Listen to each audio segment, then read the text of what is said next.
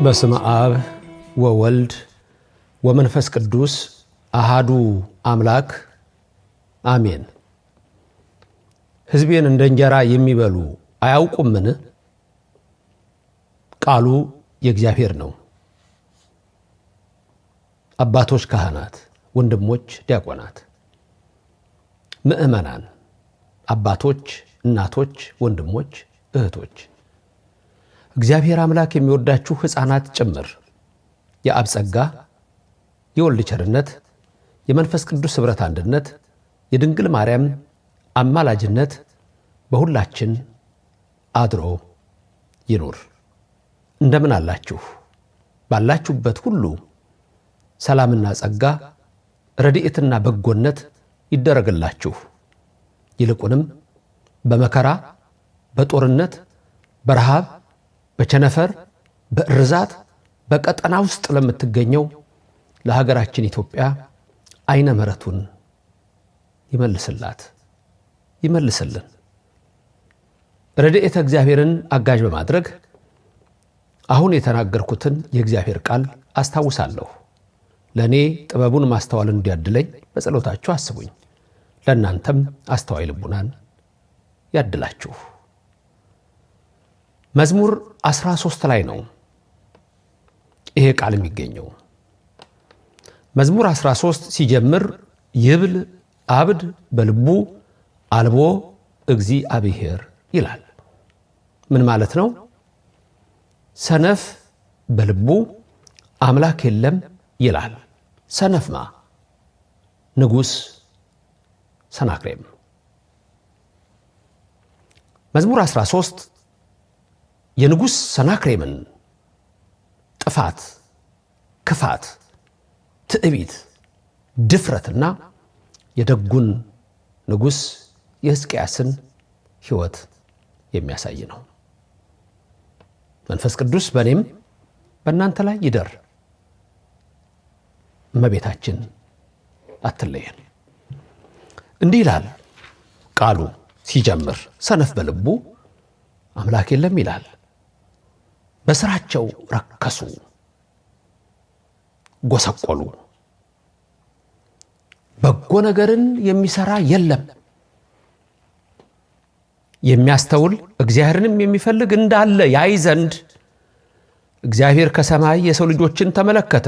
ሁሉ አመፁ፣ በአንድነትም ረከሱ። በጎ ነገርን የሚሰራ የለም፣ አንድ ስንኳ የለም። ጉሮሯቸው የተከፈተ መቃብር ነው። በመላሳቸው ሸነገሉ። ከከንፈራቸው በታች የእባብ መርዝ አለ። አፋቸው መርገምንና መራራን ተመልቷል። ደምን ለማፍሰስ እግራቸው ፈጣን ነው። ጥፋትና ጉስቁልና በመንገዳቸው አለ።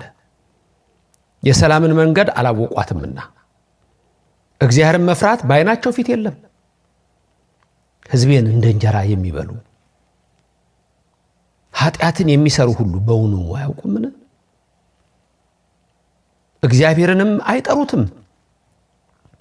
በዚያ በታላቅ ፍርሃት እጅግ ፈሩ። እግዚአብሔር በጻድቃን ትውልድ ዘንድ ነውና የድሆች ምክር አሳፈራችሁ። እግዚአብሔር ግን ተስፋቸው ነው። ከጽዮን መድኃኒትን ለእስራኤል ማን ይሰጣል? እግዚአብሔር የሕዝቡን ምርኮ በመለሰ ጊዜ ያዕቆብ ደስ ይለዋል፣ እስራኤልም ሐሴት ያደርጋል።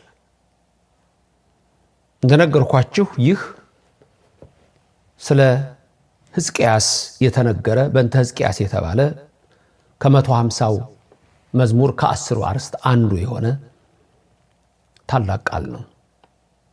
ሰነፍ በልቡ አምላክ የለም ይላል የተባለው ንጉሥ ሰናክሬም ነው። ንጉሥ ሰናክሬም በትዕቢት ራሱን ከፍ በማድረግ አንድም አገር አልተረፈኝምና ኃያል ነኝና ሕዝቅያስ ባስቸኳይ አንተን ሕዝብህን ለዘላለም ባሪያ አድርጌ እንደሰም አቅልጬ እንደገል ቀጥቅጬ ገዛችኋለሁ ብሎ የትዕቢትን ደብዳቤ ለሕዝቅያስ ልኮለት ነበር። ሕዝቅያስም ንጉሥ ነው፣ ግን ደግ ንጉሥ። ወደ መቅደሱ ገብቶ ለእግዚአብሔር ነው የነገረው። እግዚአብሔር ሆይ ተመልከት፣ ሰናክሬም የመጣው በኔ በምስኪኑ ንጉሥ በሕዝቅያስ አይደለም፣ በሕዝቡም አይደለም የመጣው፣ በአንተ ላይ ነው የተነሳው። አንተን ሊወጋ ነው፣ መቅደስህን ሊያፈርስ ነው። ወደ አንተ ነው የመጣው። ይሄን ደብዳቤ እየው አለና በመቅደሱ ውስጥ ገብቶ ዘረጋው ለእግዚአብሔር። ወየውልህ ብሏል። ራፋስቂስ ልኳል። የአሦር ንጉሥ ሰናክሬም በጉልበቱ መጥቷል። ሌሎቹ ላይ ያደረግኩትን ሁሉ ተመልከት፣ አንተም ላይ እንደዛ ነው የማደርግብህ። ሕዝቅያስ ሕዝቡን እንዳታሳስት። በጣም የሚገርም እኮ ነው። እግዚአብሔር አለ ብለህ ሕዝቡን እንዳታሳስት፣ እግዚአብሔር ያድናል ብለህ እንዳትሰብክ ሕዝቡን። ለሕዝቡም ደብዳቤ ላከ። እግዚአብሔር ያድናል ብላችሁ ወየው፣ በአሕዛብ በሌሎቹም ሁሉ የሆነውን ታውቃላችሁ። ጣዖቶቻቸው አምላኮቻቸውን አፍርሻለሁ፣ የእናንተ እግዚአብሔርም አይሰራም ነው ያለው። ይብል አብድ በልቡ አልቦ እግዚአብሔር። ሰነፍ ሰናክሬም አምላክ የለም ይላል። ጽዋ እስቲሞላ ነው። ምድራችን ብዙ ትዕቢተኞች ይነሱባታል። ሰው ደግሞ የሚያስተውል የለም እንዳለ፣ እዚህ እግዚአብሔርን የሚፈልግም የለም እንዳለ፣ ሰው መከራ ሲበዛበት ነው እግዚአብሔር ሆይ አንተ ታውቃለህ ብሎ የሚመለሰው። በጉልበቱ ይመካል፣ በኃይሉ ይመካል። የሰናክሬም ኃያላን ደግሞ ኃያላን ናቸው። አዎ፣ ግን ጉሮሯቸው የተከፈተ መቃብር። ምን ያህል ክፎች እንደሆኑ ያቸው። በመላሳቸው የሚሸነግሉ፣ ልባቸው ሌላ አፋቸው ሌላ፣ ከንፈራቸው በታች መርዝ የሚንጠባጠብ መርዘኞች፣ አፋቸው መርገምን የተመላ መራራ ነገርን የሚናገር፣ ደምን ለማፍሰስ እግራቸው ፈጣን የሆነ፣ መንገዳቸው ጥፋትና ጉስቁልና ብቻ የሆነ፣ ደግሞ የሰላምን መንገድ የማያውቁ፣ እግዚአብሔርን መፍራት በዓይናቸው ፊት የለም። በሰናክሬምና በኃያላኑ መካከል እግዚአብሔርን መፍራት የለም። እግዚአብሔር የሚሰራ አይመስላቸውም። ስለዚህ ሕዝቤን እንደ እንጀራ ይበሉታል። የሕዝብ ሞት፣ የአሮጊቶች ሞት፣ የሕፃናት ሞት፣ የወጣቱ ሞት፣ የሽማግሌዎች ሞት፣ ደም መፍሰስ ለሰናክሬም እና ለኃያላኑ ለሱ ጋሻ ጃግሬዎችና ወታደሮች ምንም ማለት አይደለም። ሕዝቤን እንደ እንጀራ የሚበሉ አያውቁም፣ እኔ እግዚአብሔር እንደምሰራ አያውቁም። ይሄ ነው መልእክቱ። እግዚአብሔር ይሰራል። ደግሞ እግዚአብሔርን አይጠሩትም። በዚያ ታላቅ ፍርሃት እጅግ ፈሩ። እግዚአብሔር በጻድቃን ትውልድ ዘንድ ነውና። እግዚአብሔር በጻድቃን ትውልድ ዘንድ ነው። የጻድቃን ትውልድ ይባረካል። በአብርሃም አምላክ፣ በይስሐቅ አምላክ፣ በያዕቆብ አምላክ፣ በዮሴፍ አምላክ፣ በዳዊት አምላክ የሚያምን ሁሉ እሱ የጻድቃን ትውልድ ነው። እግዚአብሔር ከሱ ጋር ይሰራል። እግዚአብሔርን መፍራት የጥበብ መጀመሪያ ነው ተብሎ የሚነገረን ዋናው ነገር ይሄን ነው። ሰናክሬም ግን እግዚአብሔር የለም ይላል። የድሆችን ምክር ያሳፍራል፣ ድሆችን ይገፋል ሰናክሬም። እነሱ ግን ተስፋቸው አንድ ነው፣ እሱም እግዚአብሔር ነው። እግዚአብሔር ተስፋቸው ነው። ከጽዮን መድኃኒትን ለእስራኤል ማን ይሰጣል? ማን ነው የሚሰጥ? ሰላምን ማን ነው የሚሰጥ? በረከትን ማን ነው የሚሰጥ? እሱ እግዚአብሔር ነው። እግዚአብሔር የሕዝቡን ምርኮ በመለሰ ጊዜ ያዕቆብ ደስ ይለዋል፣ እስራኤልም ሐሴት ያደርጋል።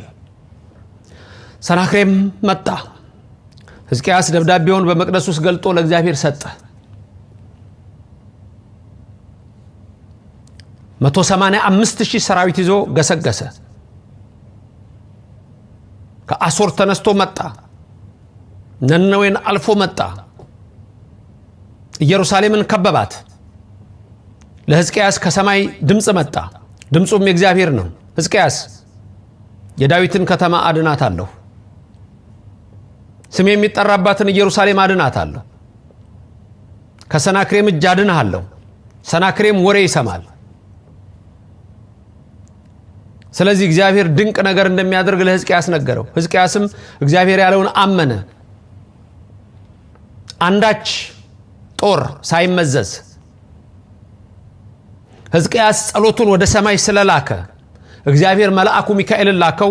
የኢትዮጵያ ንጉሥ ቲርሃቅን ከኢትዮጵያ ጠራው። ከምድር የኢትዮጵያው ንጉሥ ቲርሃቅ ከሰማይ ሊቀ መላእክት ቅዱስ ሚካኤል የሰናክሬምን 185,000 ሰራዊት ፊቱ ጸጥ አደረጉት። እሱ አልሞተም። በዛ ሰዓት 185,000 ሰራዊት ጸጥ ሲል እንዲያ ያድርጎታል። እግዚአብሔር የለም ብሎ አላ። እግዚአብሔር ማን ነው ብሎ አላ።